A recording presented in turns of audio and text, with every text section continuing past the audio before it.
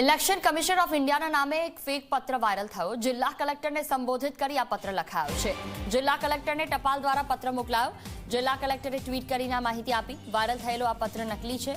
જિલ્લા કલેક્ટર આવા ફેક ન્યૂઝથી લોકોને દૂર રહેવા માટે પણ અપીલ કરી છે।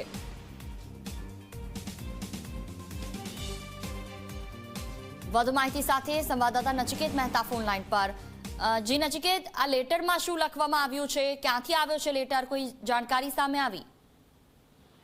જો વાત કરવા જઈએ તો ખેડા જિલ્લા કલેક્ટર દ્વારા જે ટ્વિટર પર ટ્વીટ કરી અને જે એક ફેક જે લેટર છે ઇલેક્શન કમિશન ભરતા નામનો એક લેટર જે વાયરલ થયો છે તે જિલ્લા કલેક્ટરે એક્સ દ્વારા માહિતી આપવામાં આવી છે અને ટ્વિટર પર તેમણે જણાવ્યું છે કે આ એક ફેક લેટર છે અને તેના સંદર્ભમાં કોઈએ પણ તેને આગળ ના કરવું। પરંતુ જો વાત કરવા જઈએ તો જે રીતે આમાં લખવામાં આવ્યું છે તે તદ્દન જે માહિતી છે તે ખોટી દર્શાવવામાં આવી છે।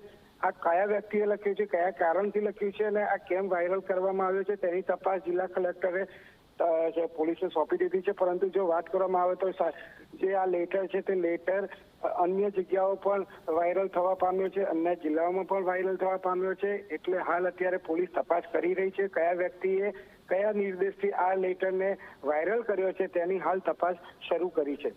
જી બિલકુલ, તમામ જાણકારી બદલ આભાર।